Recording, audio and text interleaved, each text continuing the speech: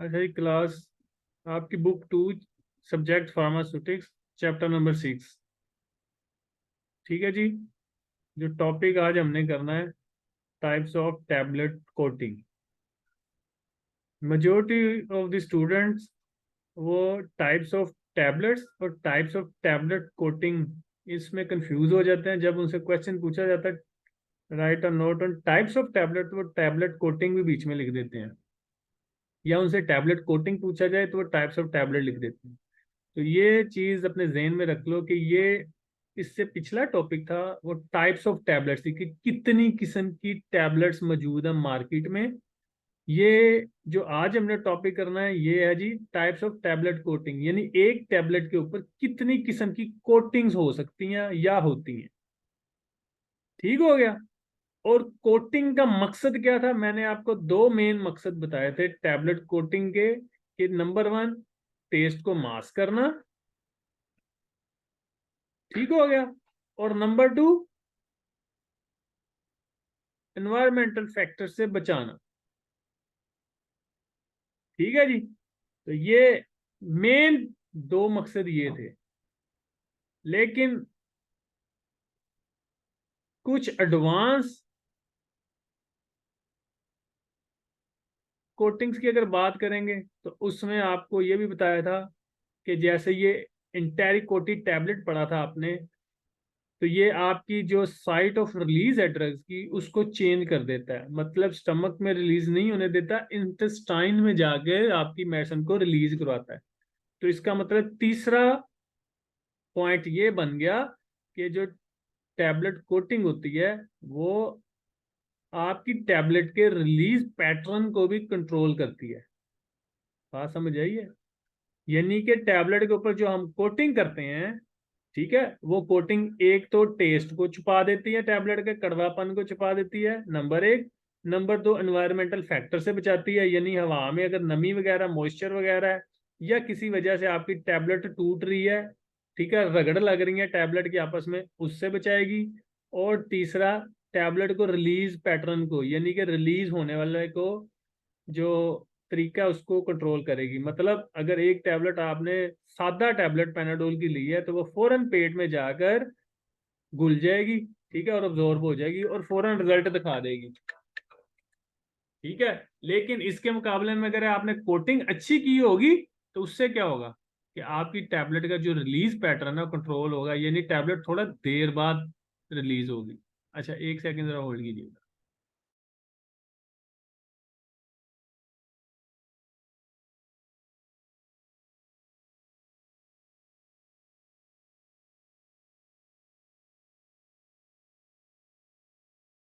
अच्छा जी। तो सबसे पहली टाइप शुगर कोटिंग टैबलेट। ठीक है। शुगर कोटिंग टैबलेट का मतलब ऐसी टैबलेट जिसके ऊपर शुगर की कोटिंग हो। अच्छा, शुगर कोटिंग का नाम लेते साथ ही आपके जहन में ब्रूफेन की टैबलेट आ जाती है। ब्रूफेन की टैबलेट अगर आप अपने जहन में रखते हो तो ये शुगर कोटिंग टैबलेट मैं आपको पढ़ाने लगा हूं तो आपको आसानी से समझ आ जाएगी कि ब्रूफेन की टैबलेट, उसका आपने अगर शेप देखा हो तो गोल नॉर्मल टैबलेट से थोड़ा साइज में बड़ी होती है। नंबर 2, उसका जो ऊपर वाली लेयर वो मीठी होती है। और नंबर 3, उसका एक खास कलर होता है, पिंक कलर होता है ब्रूफेन की टैबलेट का। तो ये sugar coating tablet Brufen tablet कहलाती है। तो यहाँ पे शुगर कोटिंग, अगर आपने शुगर कोटिंग करनी है तो उसके लिए मुख्तलिफ स्टेप्स करने पड़ेंगे। अच्छा, कोटिंग का मैंने आपको बता दिया है कि किस मकसद के लिए होती है। तो यहाँ पे भी देखो, mask unpleasant taste and odour, odour मतलब खुशबू वगैरह, और to improve the appearance and to protect the ingredient. तो टैबलेट का अपीयरेंस भी प्यारा लगे, यानी देखने में भी प्यारी लगे। ठीक है जी। तो ये कोटिंग का मकसद है। शुगर कोटिंग टैबलेट के जो स्टेप्स हैं, 5 स्टेप्स हैं। सबसे पहला स्टेप आ जाता है वाटर प्रूफिंग या सीलिंग। आपने अगर फॉर एग्जांपल पेनाडोल की टैबलेट है उसके ऊपर कोटिंग करनी है, तो पहला स्टेप ये है कि उसकी आपने वाटर प्रूफिंग करनी है, यानी कि उस टैबलेट के ऊपर आपने ऐसा मटेरियल चढ़ाना है कि जो आपका पानी को टैबलेट के अंदर पेनिट्रेट ना होने दे। ठीक है जी। तो यहाँ पे पहला स्टेप है वाटर प्रूफिंग। यहाँ पे क्या करना है कि आपने एक मटेरियल मिलता है जिसको हम कहते हैं शिलैक। इस शिलैक मटेरियल की जो कोटिंग है आपने टैबलेट के ऊपर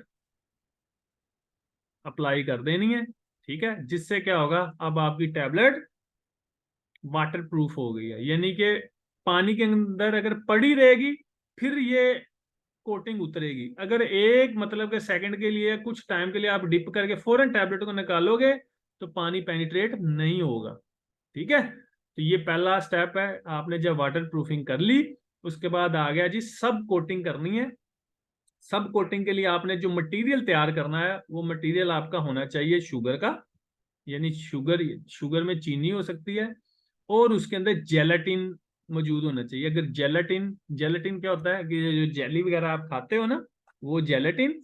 अगर जेलाटिन नहीं है तो अकेशिया, अकेशिया जैसे गूंद कतीरा होता है वैसे ही ये अकेशिया भी एक गम का नाम है, ठीक है। तो ये आप इस अकेशिया को पानी में ऐड कर लोगे, ठीक है, जिसमें शुगर ऐड की हुई है। तो इस तरह आपके पास एक ऐसा लिक्विड बन जाएगा, ठीक है, जो गाढ़ा होगा।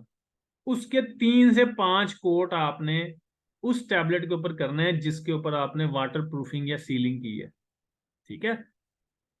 फिर दोबारा से बता रहा हूं कि दूसरे स्टेप जिसको सब कोटिंग कहते हैं, आपने पानी लेना है, उसमें शुगर को हल करके उसमें जेलाटिन या अकेशिया ऐड कर देनी है, जिससे आपका लिक्विड गाढ़ा हो जाएगा और वो आसानी से टैबलेट के ऊपर कोटिंग उसकी हो जाएगी। जब सब कोटिंग हो जाएगी, तीसरे स्टेप में स्मूथिंग एंड फाइनल राउंडिंग। तो इसमें आपने टैबलेट की जो सबसे आउटर सरफेस है उसको स्मूथ बनाना है, ठीक है। स्मूथ बनाना है यानी कि उसमें कोई उभार ना हो, उसमें कोई किसी किस्म की रफनेस ना हो। बिल्कुल स्मूथ करने के लिए आपको 5 से 10 कोट करने हैं आपने थिक सिंपल सिरप के। थिक सिंपल सिरप मतलब कि इसके अंदर सिर्फ शुगर होगी, ठीक है, और पानी के अंदर आपने जेलाटिन ऐड की होगी, कोई कलरेंट नहीं ऐड होगा, कोई फ्लेवर नहीं ऐड होगा, कुछ नहीं होगा, ठीक है। तो 5 से 10 कोट जो से आपने सिंपल सिरप के आपने जब सब कोटिंग वाले स्टेप के बाद अप्लाई करने हैं तो आपकी जो टैबलेट है उसकी जो आउटर सरफेस है बिल्कुल स्मूथ हो जाएगी, ठीक है। जब स्मूथ हो जाएगी आखिर पे आपने जो कलर आप अप्लाई करना चाह रहे हो टैबलेट को, जिस तरह ब्रूफेन की टैबलेट को पिंक कलर दिया गया, आप पिंक देना चाह रहे हो, ब्लू, जिस तरह का भी देना चाह रहे हो, उस कलर को आपने किसी लिक्विड के अंदर, खासतौर पर पानी लेकर, पानी के अंदर उसको कलर को मिक्स करके, ठीक है, और उस पानी का अंदर टैबलेट को डिप करना है। जिसके बाद क्या होगा कि वो टैबलेट के ऊपर वो स्पेसिफिक कलर जो है उसकी लेयर बन जाएगी, ठीक है। Several coats of thin syrup containing desired colour are applied to attain final rounding smoothness and colour, ठीक है। तो आपके टैबलेट के ऊपर फाइनल कलर आ जाएगा। आखिरी स्टेप आ जाता है पॉलिशिंग का, यानी कि टैबलेट में चमक लेके आनी है। तो चमक का एक ही तरीका है, या मलमल के कपड़े के ऊपर टैबलेट्स को, ठीक है, टैबलेट को घुमाया जाए। दूसरा ये है कार्नूबा वैक्स, ठीक है। कार्नोबा वैक्स, ये पाम ट्री होता है ना, जो पाम ट्री, उससे ये वैक्स निकलती है। आमतौर पर गाड़ियों के ऊपर जो वैक्स हम लगा कर गाड़ियों में शाइनिंग लेके आते हैं ना, गाड़ियों की बॉडी में या मोटरसाइकिल वगैरह की जो पॉलिश करते हैं, वो कार्नोबा वैक्स ही होती है, ठीक है। तो ये कार्नोबा वैक्स शाइनिंग लेके आती है, इसको अप्लाई करेंगे आप, और जिससे आपकी टैबलेट जो है फाइनल तैयार हो जाएगी। चमकदार टैबलेट तैयार हुई, उसको बाद में आपने पैक करके सेल कर देना है। तो ये 5 स्टेप से गुजरने के बाद आपकी शुगर कोटिंग होती है। इन स्टेप्स को अगर आप देखो तो आपकी स्टेप टैबलेट का जो साइज है ना, एक्चुअल साइज उससे कई गुना बड़ा साइज हो जाता है। उसकी वजह क्या है, ये देखो 3 से 5 कोट आपने सब कोटिंग में अप्लाई किए, 5 से 10 कोट आपने फिर दोबारा, और उसके बाद 3 से 4 कोट जो से आपने कलरिंग में ऐड किया। तो इस तरह ये कोटिंग कर करके ना आपकी टैबलेट का साइज बड़ा हो जाता है, नंबर 1। नंबर 2, शुगर कोटिंग की वजह से टैबलेट की कोटिंग में टाइम लगता है, मतलब आपको हर स्टेप के बाद टैबलेट को ड्राई करना पड़ेगा। ड्राई करोगे तो फिर अगला कोटिंग करोगे ना, समझ आई है।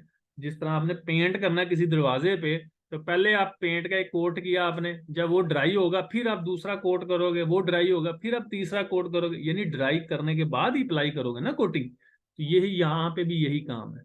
तो इसका मतलब कि शुगर कोटिंग से साइज भी इंक्रीज हो जाता है टैबलेट का, नंबर 1। नंबर 2, ये टाइम कंज्यूमिंग है, इसमें टाइम ज्यादा लग रहा है। तो इसलिए हम अगली जो सी कोटिंग है इसको पढ़ते हैं, और ये कोटिंग है फिल्म कोटिंग। इसमें क्या नाम से जाहिर है, फिल्म कोटिंग, यानी कि आपने टैबलेट के ऊपर एक फिल्म चढ़ा देनी है। किसकी फिल्म होती है ये? पॉलीमर्स की।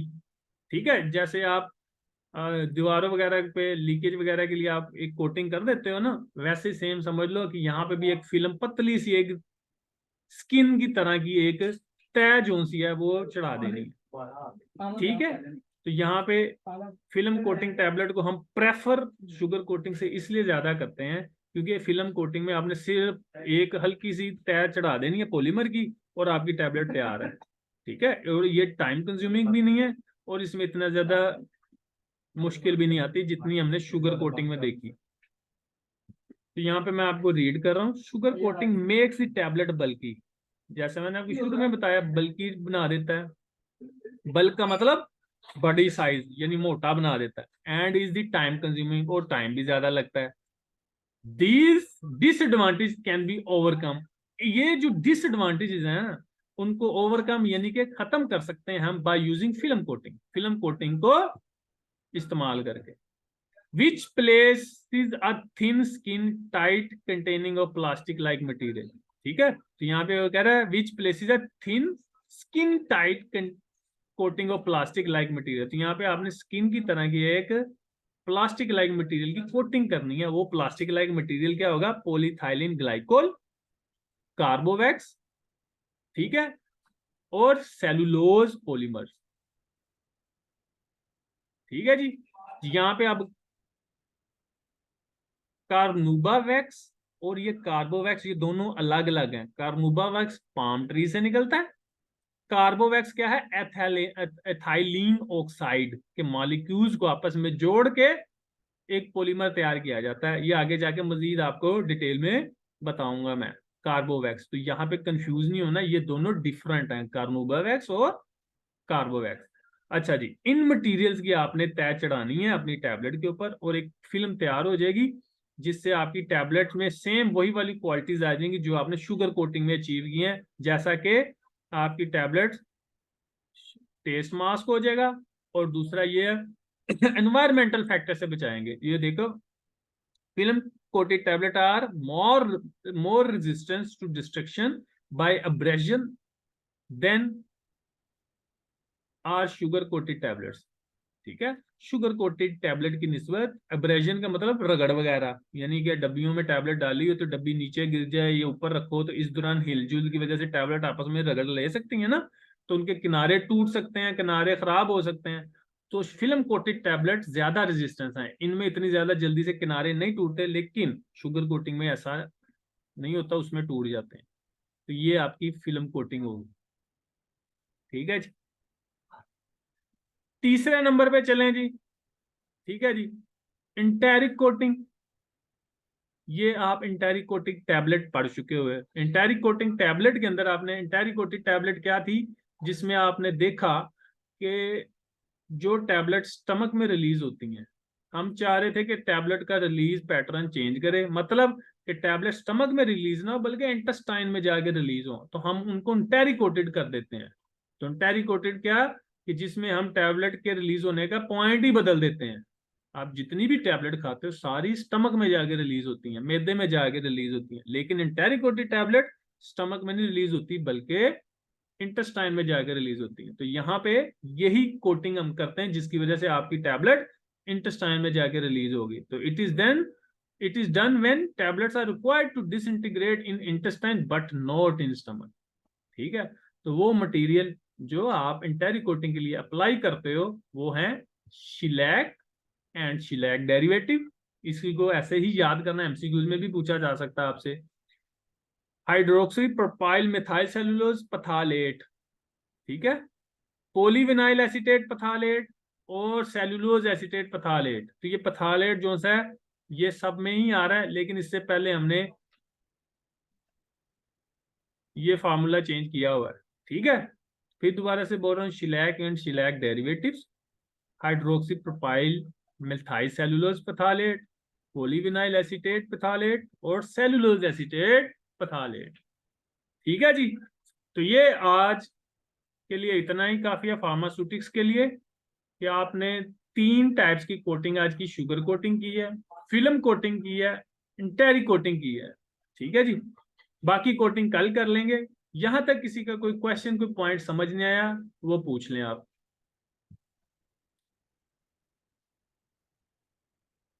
क्लियर है सबको? अच्छा जी, सब्जेक्ट आपका फार्माकोग्नोसी, उसका चैप्टर नंबर 4 आज स्टार्ट करना है हमने। चैप्टर का नाम है वैल्यूएशन ऑफ क्रूड ड्रग्स। ठीक है, वैल्यूएशन का क्या मतलब होता है? कोई बच्चा मुझे बताएगा वैल्यूएशन का मतलब क्या होता है? उर्दू में वैल्यूएशन का मतलब क्या होता है? जल्दी से।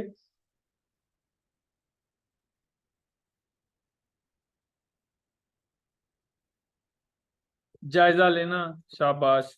जायजा लेना, जांच पड़ताल करना। ठीक हो गया। तो यहाँ पे वैल्यूएशन ऑफ क्रूड ड्रग का मतलब कि क्रूड ड्रग्स की हमने वैल्यूएशन करनी है, जांच पड़ताल करनी है, जायजा लेना है। और क्रूड ड्रग्स क्या होती हैं ये आप लोग पहले पढ़ चुके हुए कि ऐसी ड्रग जो नेचुरली तौर पर हमें मिलती हैं, कुदरती तौर पर। ठीक है, ये पत्ते भी हो सकते हैं, फूल भी हो सकते हैं, टहनियां भी हो सकती हैं। ठीक है, तो ये वैल्यूएशन ऑफ क्रूड ड्रग्स।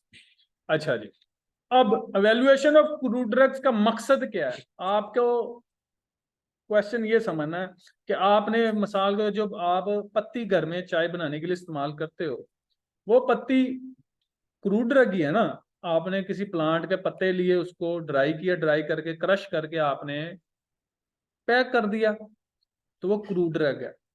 अब आपको क्रूड ड्रग जब भिजवाई गई है, या किसी कहीं से आपने क्रूड ड्रग जो सी है मंगवाई है, ठीक है, तो आप क्रूड ड्रग को एवेल्युएशन के बगैर कैसे इस्तेमाल कर सकते हो? यानी कि आपने देखना है कि क्या ये पत्ती ओरिजिनली है, क्या इसमें कोई मिक्सिंग तो नहीं हुई, क्या ये पत्ती के अंदर कोई और प्लांट तो नहीं ऐड कर दिया गया। समझ आई है? तो क्रूड ड्रग्स की एवेल्युएशन करने के लिए जो तरीके हैं आज हमने उनको पढ़ना है। तो इसका मतलब क्या हुआ कि क्रूड ड्रग की वैल्यूएशन से आपको हर किसी भी ड्रग की क्वालिटी के बारे में भी पता चल जाता है और उसकी प्योरिटी के बारे में भी पता चलता है। ठीक है, अगर आपको वैल्यूएशन ही नहीं आती तो ना आपको क्वालिटी का पता चलेगा, ना प्योरिटी का पता चलेगा।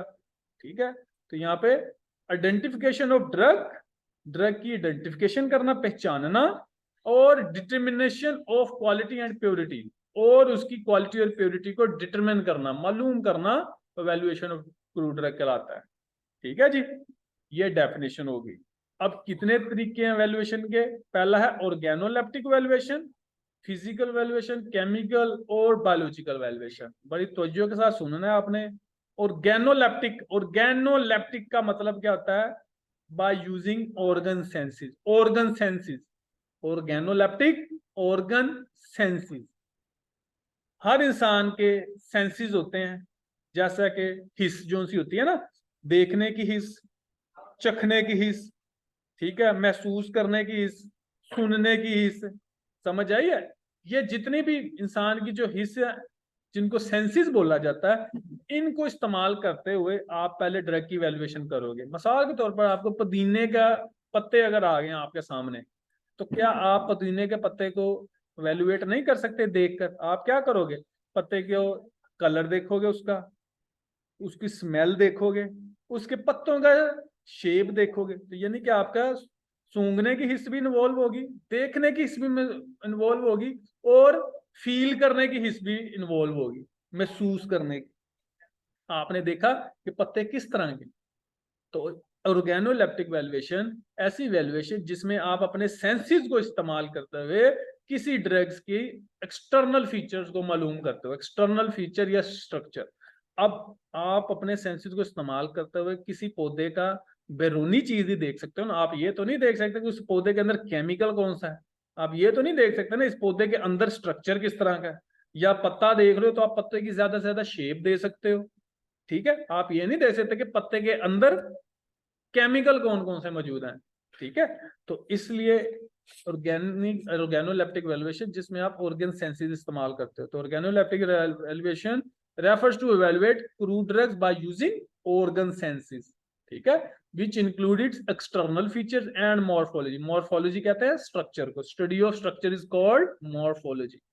ठीक है, तो इसमें आप सिर्फ ये दो चीजों को देखते हो। तो आप स्टडी ऑफ मॉर्फोलॉजिकल कैरेक्टर्स में देखो कौन कौन सी चीजें आ जाती हैं।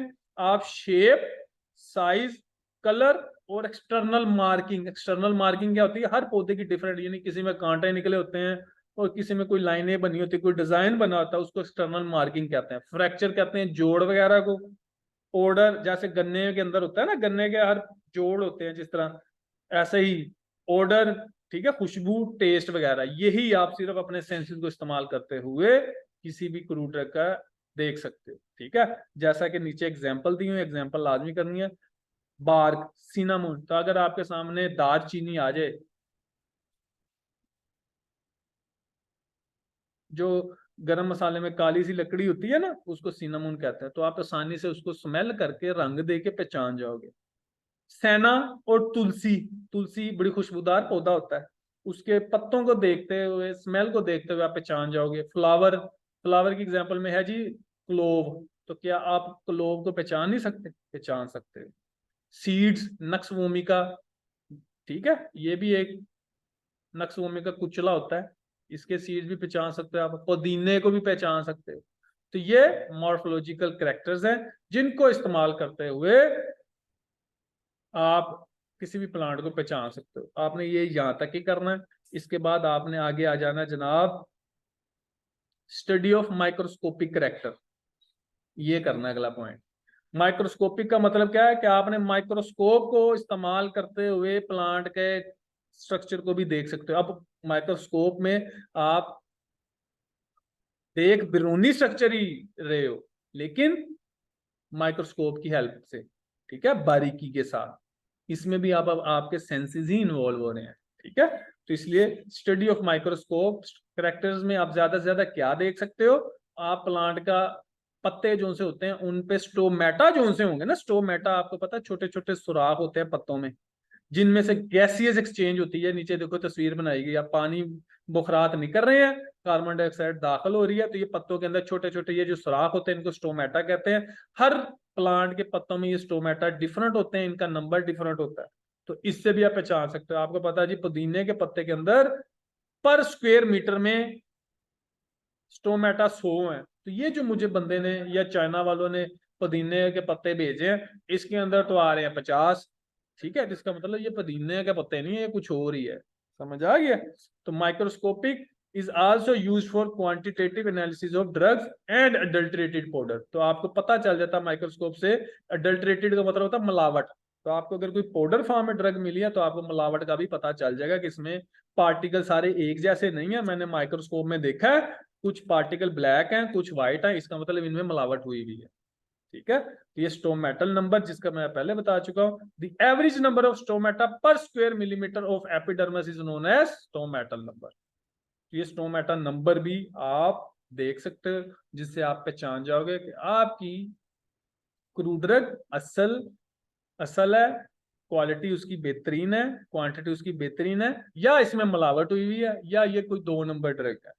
ठीक है, तो ये आपका आज का टॉपिक हो गया फार्माकोग्नोसी का और ऑर्गेनोलेप्टिक एवेल्युएशन। बाकी फिजिकल एवेल्युएशन इंशाल्लाह कल कर लेंगे। यहां तक किसी बच्चे का कोई क्वेश्चन, कोई पॉइंट आया तो बताओ।